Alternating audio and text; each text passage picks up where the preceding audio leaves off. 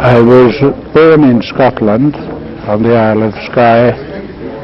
I was educated largely in Birmingham until I went to Edinburgh University, where I got a PhD in theology in 1933. I became a minister. I was actually the National Overseer for Jehovah's Witnesses. Many people would debate whether that is Christian or not. But I left that ministry in 1969, purely and simply because I felt that I could no longer continue to preach things that I didn't believe. I would love to tell you that I started straight away on a search for truth, but that would be a lie. I did everything that was bad. I went completely the wrong way. I gambled, I drank, I womanized. Until in 1995, on October the 28th, praise be to Allah, I embraced Islam. I'd been considering Islam for some years beforehand, and had already made one or two adjustments in my life, my eating habits. I was eating halal for 10 years before I embraced Islam. I was choosing my friends more carefully, and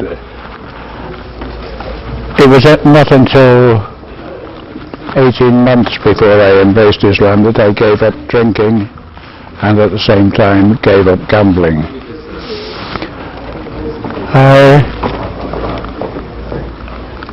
I'm a married man, more than the law allows. I've been married 7 times because I'm addicted to wedding cake.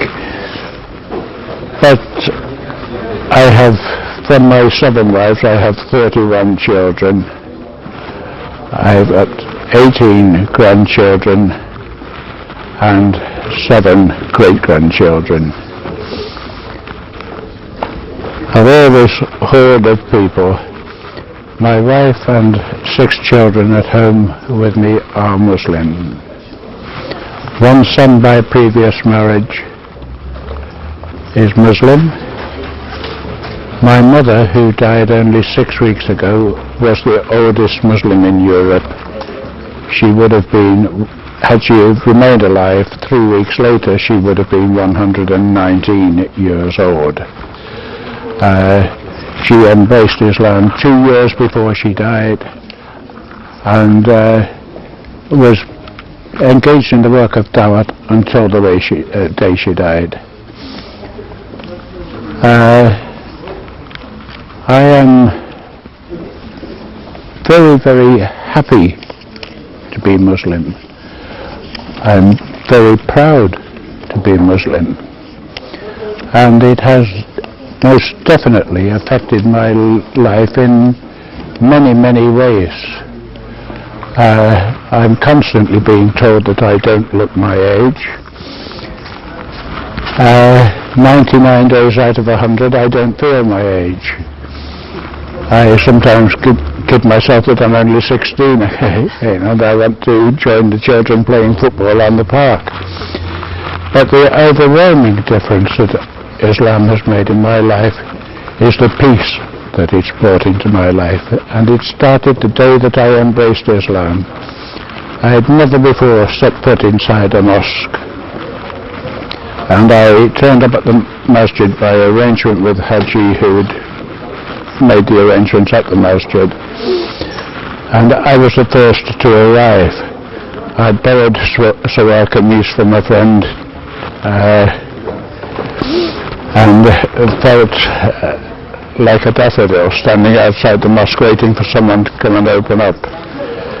The next person to arrive was Haji himself, who took me into the mosque, showed me how to make wuzu, and then told me that he had to go into the office. I didn't realize until that point that he was a member of the mosque committee. He told me he had to go into the office to sort out some mosque business, but I could go into the prayer hall. He said, if anyone comes in, they won't ask any questions, just sit down. Any books that you see around, you're welcome to read any of them. So I opened the door to the prayer hall, and it was like a wave rushed over me, a wave of utter and complete peace. This could partly be explained by the fact that there was no one else there, but it was a sensation that I'd never experienced before, nor since. But praise be to Allah, that peace has never completely left me. My iman has been up and down in common with most of my Muslim brothers, but praise be to Allah, I'm still here, and I hope to continue until Judgment Day. To my Muslim brothers and sisters, the one thing that I would dearly like them all to do is to get their priorities right. We are far too often more concerned with the dunya than we are with Allah subhanahu wa ta'ala. There is nothing at all wrong with liking nice things. There's nothing at all wrong with liking a Mercedes car. But when you see the price of a Mercedes car, it means you have to work 2 jobs, work 16, 18 hours a day to accumulate the money to buy that car. What suffers? Your namaz. You can't read your namaz properly, you haven't got time, you're too tired to read the Quran, you're too tired to conduct salim in your own home. So that Mercedes car, although there's nothing at all wrong with it, the Mercedes car becomes haram as far as you are concerned. It's taking the place of Allah subhanahu wa ta'ala. We have to get our priorities right. We have to realize that this dunya has absolutely nothing to offer to any of us. And even though we may acquire great wealth in this dunya, we can't take it with us. The thing that we have to realize is that when you realize that something is right, now is the time to start doing something about it. You can't say, all right, as soon as I have finished paying for my motor car, or as soon as my mortgage is paid, I will start reading my namaz 5 times a day, because we don't know about tomorrow. We don't know about 5 minutes from now. Every Muslim should live every day as if it were his last, because one day he's going to be right.